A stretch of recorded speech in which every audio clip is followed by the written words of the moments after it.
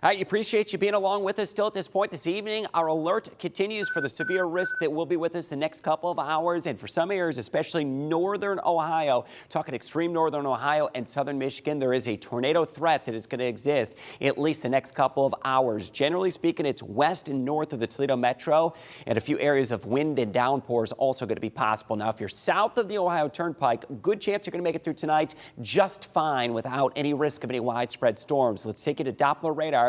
We're in an active tornado warning. This is over toward Branch and St. Joseph counties. So this is I-69, Coldwater, Michigan right there. We're west of Coldwater, Michigan, where the active circulation is. And over the past few moments, noticed a little indication of rotation, which is just southwest of Sherwood, where a funnel cloud was recently reported.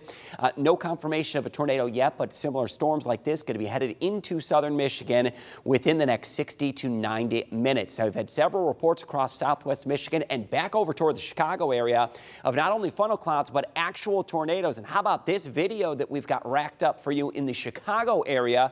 This video that we have from O'Hare Airport, a confirmed tornado that was reported out there toward O'Hare Airport. If we do have that video, and maybe we'll get to it in just a little bit. Did have that circulation, though, that did occur. There it is, that video, and this was earlier this evening, a confirmed tornado in and around O'Hare Airport, and there were been as many as a half dozen confirmed reports in and around the Chicago area. So that is something we'll continue to watch and keep close tabs on. Speaking of keeping close tabs, still an area of severe weather that may make its way to northwest Ohio, and it will continue with a tornado risk. So let's send it over to meteorologist John Birchfield. We've got team coverage. John, what's the risk and what's the timeline of our severe threat? Well, Chris, we still have several more hours that we're going to be watching those turning, rotating storms. There is a fair amount of spinning in the atmosphere, as we've seen from northern Illinois and now western Michigan starting to get hit. Strong storms with tornado potential will continue through about 2 a.m. In addition to the rotation aspect, there's going to be some heavy rain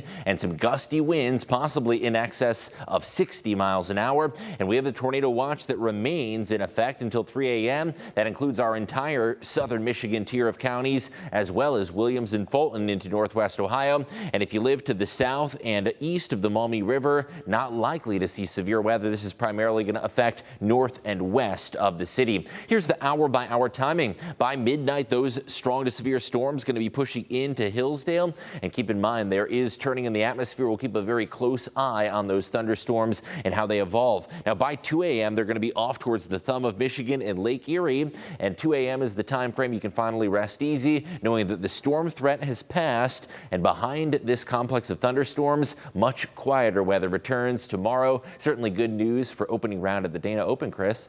John, looking forward to that sunshine tomorrow, and I think tomorrow we're going to make it through much of the day with dry conditions. All right, John, appreciate that update. Mid-80s expected for our Thursday, right around partly sunny skies through the afternoon. Isolated brief thunder shower. Better chance that is going to show up south of Toledo, but we're still going to stay unsettled. Friday, a few storms late in the day, but much of the day early on will be dry. Mid-80s expected Saturday. That's our next chance. Most likely chance of showers and storms. Could be fairly widespread with downpours on Saturday.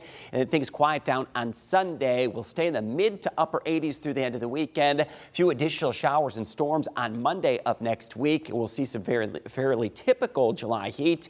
Mid to upper 80s expected the majority of that 10-day forecast. We always do say, though, multiple ways to have warnings. I know a lot of people trying to look to go to bed at this point. Have that WTOL 11 weather app if you still have a weather radio. And, of course, John and I will be here tonight on air should we need to cut in for any additional severe weather. All right. Guys, we appreciate it. Our team of meteorologists keeping you informed wherever you are. Be sure to have the WTOL 11 weather app downloaded. Like Chris said, if he needs to, he'll send alerts like when there is severe weather straight to your phone.